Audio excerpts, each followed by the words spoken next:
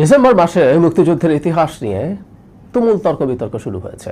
একজন জামায়াত সমর্থক ব্যারিস্টার বিভিন্ন জায়গায় মুক্তিযুদ্ধকে পুরোপুরি ডিনাউন্স করছেন, শেখ মুজিবুর রহমানকে বিশ্বাসঘাতক বলছেন।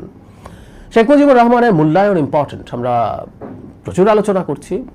যমুনা টিভির একটা ক্লিপ আমাদের সামনে এসছে যেখানে তিনি খুবই আক্রমণাত্মক ভাষায় শেখ মুজিবুর রহমানকে বিশ্বাসঘাতক বলছেন এবং সেখানে যিনি অ্যাঙ্কার আছেন তিনি সেটার প্রতিবাদ করা অনেকের খুব লেগেছে। অ্যাঙ্কারটাকে একটা পক্ষ হয়েছে। অ্যাঙ্কাররা আসলে যে কারোর সাথে যখন প্রশ্ন করেন, অ্যাঙ্কাররা অপর পাশে দাঁড়িয়ে কথা বলবেন, এটাই নিয়ম। এটা অ্যাঙ্কার শুধু প্রশ্ন করে তার জবাবের জন্য ছেড়ে দেবেন তা না, কাউন্টার কোয়েশ্চেন করতে হয় এবং এটা কোনো ভুল ছিল না। কিন্তু যে ধরনের অ্যারোগেন্স সেই গেস্ট দেখিয়েছেন, এটা আমি কোনোভাবেই সঠিক বলে মনে করি না। অত্যন্ত অ্যাগ্রেসিভ এবং অ্যারোগেন্ট অ্যাটিটিউড তিনি দেখিয়েছেন। যাই হোক, শেখ মুজিবুর রহমানের মূল্যায়ন আসলে দরকার আছে। উনি কি ট্রেইটার ছিলেন, এই আলাপও কেউ কেউ করছেন। গত বছর এই আলাপটা ছিল এবং শেখ মুজিবুর রহমান সম্পর্কে আমাদের যে মূল্যায়ন, আমার অন্তত যে মূল্যায়ন, সেটা আমি গত বছরই করেছিলাম। সেটা ছোট্ট একটু বলি, আর আমি গত বছরের ভিডিওটা আমি এখানে জুড়ে দেবো। সেটা হচ্ছে, শেখ মুজিবুর রহমান বাংলাদেশের স্বাধীনতার ইতিহাসের প্রধানতম ব্যক্তি। তিনি স্বাধীনতা শেষ পর্যন্ত স্বাধীনতা চেয়েছেন কিনা আমি খুবই সন্দিহান, এবং আমি কনভিন্সড যে তিনি সেটা চাননি।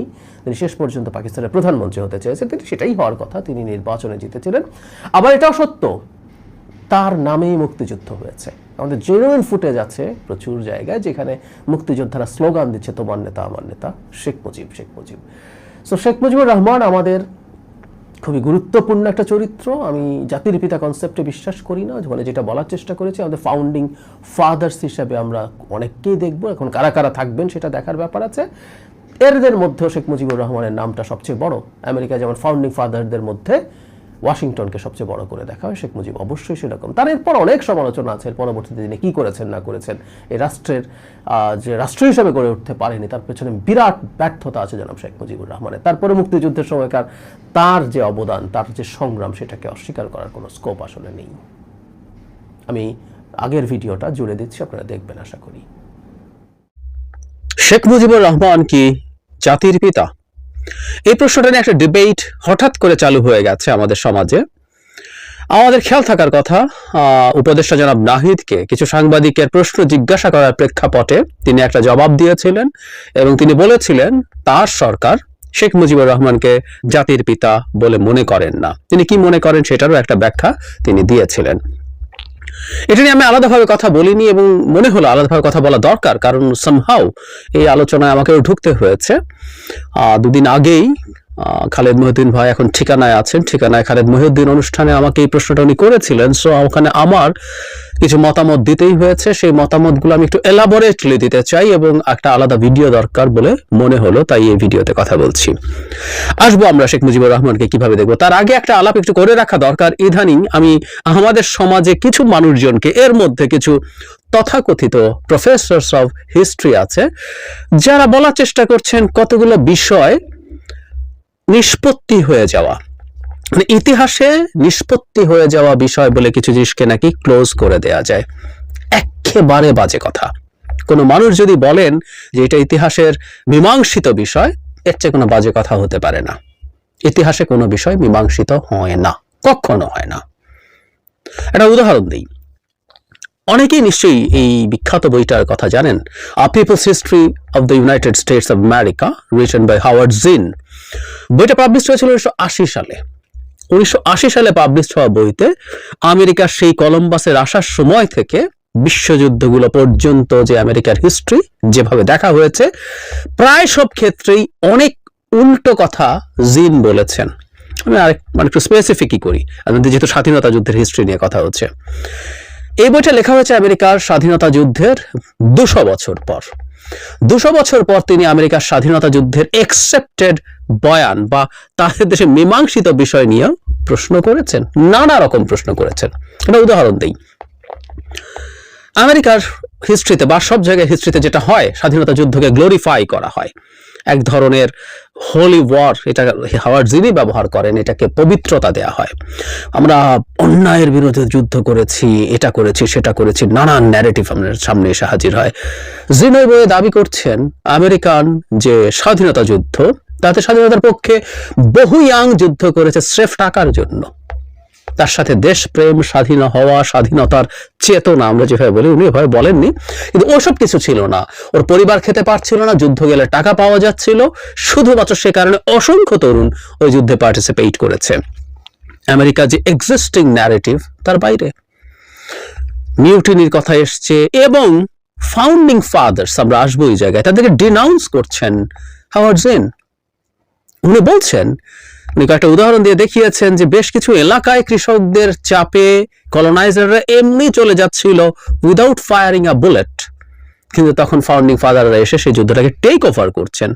আমেরিকার হিস্ট্রিতে, আমেরিকার সমাজে ফাউন্ডিং ফাদারদেরকে একসেপ্ট করার টেন্ডেন্সি আছে, জিন একসেপ্ট করছেন না। 200 বছর পরে এসে উনি দাবি করছেন। শুধু সেটাই না, ওনার আসলে এই বইটার বিভিন্ন জায়গায় উনি যেটা করার চেষ্টা করেছেন, পিপলস হিস্ট্রি, আমাদের হিস্ট্রি লেখার ক্ষেত্রে একটা ঘটনা ঘটে। আমরা যারা হিস্ট্রি লিখি তারা মূলত সমাজের অনেক ক্ষেত্রে প্রিভিলেজ শ্রেণী, শিক্ষা আছে, ধন আছে, সোশ্যাল ক্যাপিটাল আছে, আমাদের ভয়েস আছে, কিন্তু বহু মানুষ হিস্ট্রিতে জড়িত থাকেন যাদের এটা থাকে না। উনি চেষ্টা করেছেন ডকুমেন্ট থেকে খুঁজে বের করে দেখা যে আসলে হিস্ট্রিকে অন্যরা কিভাবে দেখছে, সেটা কি হয়েছিল। আমি এটা দাবি করছি না, বা আমি বলছি না যে হাওয়ার্ড জিনের কথা কেউ চোখ বন্ধ করে বিশ্বাস করতে হবে। ওনার এই বইটার প্রচুর ক্রিটিকও আছে, প্রচুর মানুষ ওনার এই বইটা একসেপ্ট করেনি। কিন্তু যে কথার জন্য আমি এক্সাম্পলটা আনলাম সেটা হচ্ছে 200 বছরে আমেরিকার হিস্ট্রির উপরে, লিবারেশন ওয়ারের টু যদি স্পেসিফাই করি, উনি এন্টায়ার হিস্ট্রিটা লিখেছেন।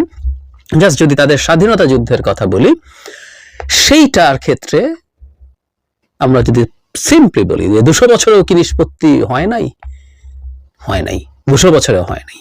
জিন লিখছেন, আজও লেখা হচ্ছে নতুন নতুন বই, নানা দিক থেকে নতুন ন্যারেটিভ বাজারে আসছে, নতুন ভাবে দেখার চেষ্টা হচ্ছে। নট নেসেসারি নতুন বইকে সবাই একসেপ্ট করতে হবে, কিন্তু আমি বোঝাতে চাইছি থামিয়ে দেয়া যাবে না। জিন যখন এগুলো বলছেন, কেউ থামিয়ে দেন নাই যে তুমি ফাউন্ডিং ফাদার্স দিয়ে প্রশ্ন করছো। ইভেন উনি এই যে আমেরিকার স্বাধীনতা যুদ্ধকেও ডিনাউন্স করেন। তিনি বলেন যে যুদ্ধ ছাড়া তো কানাডা স্বাধীন হয়েছে ব্রিটেনের কাছ থেকে, ওকে আমার চাইতে কম উন্নত আছে নাকি? Which is right. ঢুকছি না ওই আলোচনায়। আমি যে কথাটা বলতে চাচ্ছি, ইতিহাসের নির্ধারিত বা মীমাংসিত কোনো বিষয় নাই। শেখ মুজিবুর রহমান মুক্তিযুদ্ধের সময় কি কি করেছেন সেটা নির্ধারিত, সেটা মীমাংসিত একেবারেই না। দেয়ার আর সাম ফ্যাক্টস, এই ফ্যাক্টগুলোর আবার ইন্টারপ্রিটেশন হবে ভিন্ন। এটার কারণেই ইতিহাসে রাশোমন এফেক্ট আমরা অনেক বেশি আলোচনা করতে পারি। রাশোমন এফেক্ট নিশ্চয় আমরা জানি। রাশোমন সিনেমাটাতে একই ঘটনা ঘটা, ফ্যাক্ট একটা, কিন্তু সেটা টেস্টিমনি 4 জন ওখানে জড়িত মানুষের মধ্যে বা দেখেছে এমন মানুষের মধ্যে 4 জনের টেস্টিমনি 4 রকম হয়, এবং আমরা দর্শকরা বুঝতে পারি না আসলে কি ঘটেছিল। সুতরাং সত্য এইরকমই নানান রকম ন্যারেটিভ থাকে, হয়তো আমরা কোনোদিন সঠিক ব্যাপারগুলো পুরো বুঝে উঠতে পারবো না। সুতরাং ইতিহাসে কত ফ্যাক্টস আছে, ডকুমেন্টে আমরা ফ্যাক্টস পেতে পারি। 7ই মার্চে শেখ মুজিবুর রহমান একটা ভাষণ দিয়েছিলেন, তার কন্টেন্ট এটা, কিন্তু এর ইন্টারপ্রিটেশন বহু মানুষ বহু রকম ভাবে করবে। কেউ ওটাতে স্বাধীনতার ঘোষণা খুঁজে পান, কেউ পান না, কেউ এটাকে বার্গেনিং টুল মনে করেন। শেখ মুজিবুর রহমানের যা যা ঘটনা ঘটেছে এন্টায়ার সময়ে, কেউ মনে করেন শেখ মুজিবুর রহমান স্বাধীনতা চেয়েছেন, কেউ কেউ মনে করেন স্বাধীনতা চাননি। প্রচুর ডকুমেন্ট আছে, সেগুলো দিয়েই এই রকম ইন্টারপ্রিটেশন আছে। তো সমাজে এই জিনিসগুলো, এই আলাপ আলোচনাগুলো থাকবে, এটা মীমাংসিত হওয়ার কিছু নাই। যখন মানবে না, ঘাট ধরে না, শেখ মুজিবুর রহমান অবশ্যই স্বাধীনতা চেয়েছিলেন ইত্যাদি ইত্যাদি বলার স্কোপ আসলে থাকতে হয় না, থাকা উচিত না। এই চর্চাটা, এই সুস্থতাটা আমাদের সমাজে চালু হবে, আমরা এটা এক্সপেক্ট করি। এবার শেখ মুজিবুর রহমানের আলোচনায় আসি যে তিনি কি জাতির পিতা। আচ্ছা, জাতির পিতা যখন আওয়ামী লীগ বলে, তারা কোন জাতির পিতা তাকে বলে? আওয়ামী লীগ জাতি বলতে বোঝে বাঙালি জাতি। এখন বাঙালি জাতি কি 71 সালের পর থেকে হয়েছে? বাঙালি জাতির অনেক দীর্ঘ ইতিহাস আছে। তো শেখ মুজিবুর রহমানের জন্মের আগে তাহলে জাতির পিতা কে ছিল? খুবই যৌক্তিক প্রশ্ন। আবার তিনি যদি বাঙালি জাতির পিতা হন, তাহলে আমাদের এই ভূমিতে যে অবাঙালি মানুষরা আছে তাদের পিতাকে, অনেক অবাঙালি মানুষ আছেন এবং তত জাতিগোষ্ঠীর সংখ্যা অনেক, তাদের পিতাকে প্রশ্ন আসে, নিশ্চিতভাবেই আসে। আচ্ছা, তাহলে কি তিনি রাষ্ট্রের স্থপতি? বাংলাদেশ রাষ্ট্রের একমাত্র স্থপতি, এভাবে বলা ভালো। সেটাও আমরা কেউ বলতে পারি, কেউ ভাবতে পারি আওয়ামী লীগের লোকজন বা তার প্রতি অন্ধত্ব থাকা মানুষ তাকে সেভাবে দেখতেই পারেন। কেউ যদি না দেখেন না দেখবেন, আমি দেখি না বহুদিন থেকে। আমি আমার অনেকগুলো ভিডিওতে আগে বলেছি, আজকে এক্সক্লুসিভলি কথা বলছি, অনেক ভিডিওর মাঝখানে এটা বলেছি। সেটা হলো আমি আমাদের স্বাধীনতা যুদ্ধের স্বাধীনতার সবচেয়ে গুরুত্বপূর্ণ মানুষ আমি শেখ মুজিবুর রহমানকে মনে করি। কিন্তু তিনি একমাত্র নন, আমাদের আরো অনেকেই আছেন। সেই ক্ষেত্রে আমেরিকা যে কাজটা করেছে, আমেরিকাতে ফাউন্ডিং ফাদার্স আছে।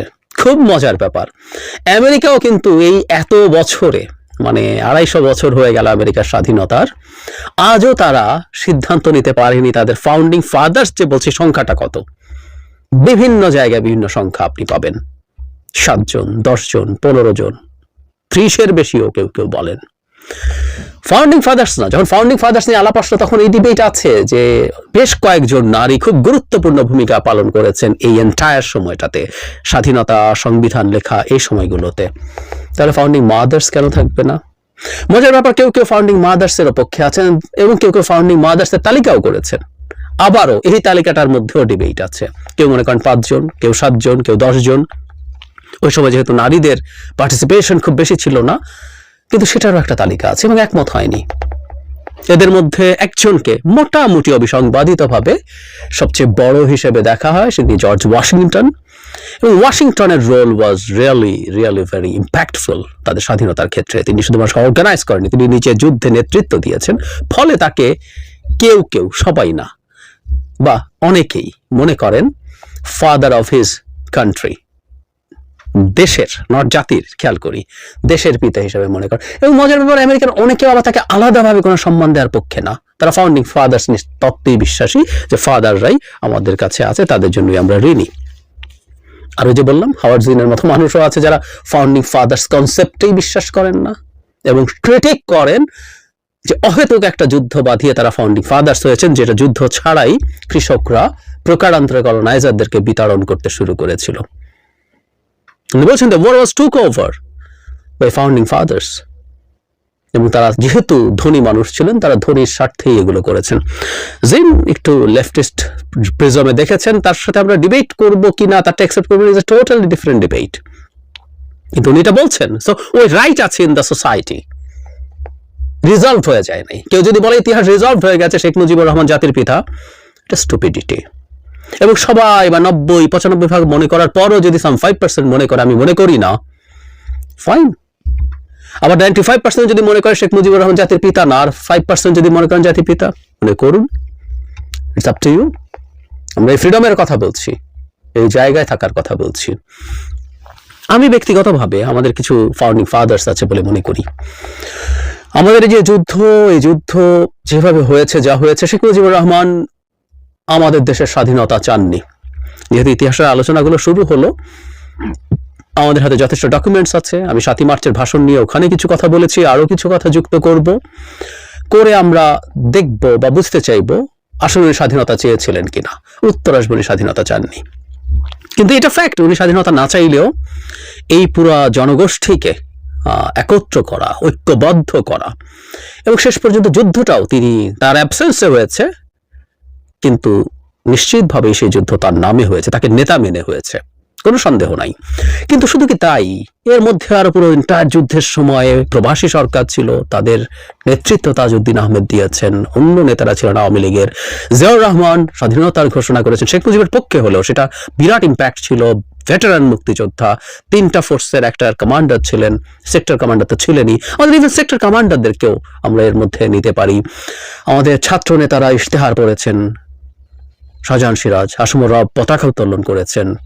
মুজিবের 7ই মার্চের ভাষণের আগেই সিরাজুল আলম খান, এদেরও নেতা যিনি, যারা এক সময় বাংলাদেশকে স্বাধীন করতে হবে এই চিন্তা যাদের অনেক আগে শুরু হয়েছিল, ভাষারই তো আছেনই, শেখ মুজিবুর রহমানেরও নেতা তিনি। সো এরকম আমরা এখনই, আমি সব নাম মনে করে বলার দরকার নেই, আমাদের এরকম একটা ফাউন্ডিং ফাদার্স এর লিস্ট হতে পারে। এবং আমেরিকার মতো এই লিস্টটা খুব সাবজেক্টিভ হবে, এই লিস্টটা সবাইকে সবারটা মানতে হবে। রাষ্ট্রীয়ভাবে আবার আমরা ফাউন্ডিং ফাদার্স এর একটা লিস্ট করে সিল মেরে দিলাম যে এটাই মানতে হবে, নাইলে কিন্তু গর্দান যাবে, আমরা একটা আইনের মধ্যে ঢুকিয়ে দিলাম না।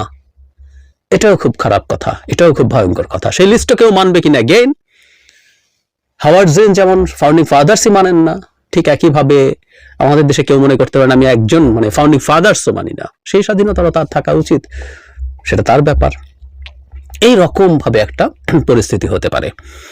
আমার অবস্থান শেখ মুজিবুর রহমান নিশ্চিতভাবেই সবচেয়ে বড় নাম, কিন্তু আমাদের আরো অনেক গুরুত্বপূর্ণ রোল প্লে করেছেন এরকম আরো বেশ কিছু মানুষ আছেন। তাদেরকে মিলে আমরা আমাদের ফাউন্ডিং ফাদার্স এরকম একটা ব্র্যান্ডিং তাদেরকে করতে পারি। সেইটা করে কারো যদি শেখ মুজিবুর রহমানকে বড় করে আলাদা করে দেখার ইচ্ছা হয়, ওয়াশিংটনকে যেমন কেউ কেউ দেখেন সেরকম দেখতে পারেন, কারো যদি ইচ্ছে না হয় দেখবেন না। এই স্বাধীনতাগুলো আমাদের সমাজে থাকতে হবে।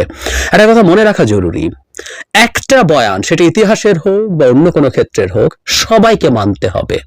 এটা ফ্যাসিবাদী চিন্তা। আওয়ামী লীগ এই কাজটা করেছে। আই রিপিট, আওয়ামী লীগকে ফ্যাসিস্ট বলেন না, আওয়ামী লীগ ফ্যাসিস্ট না,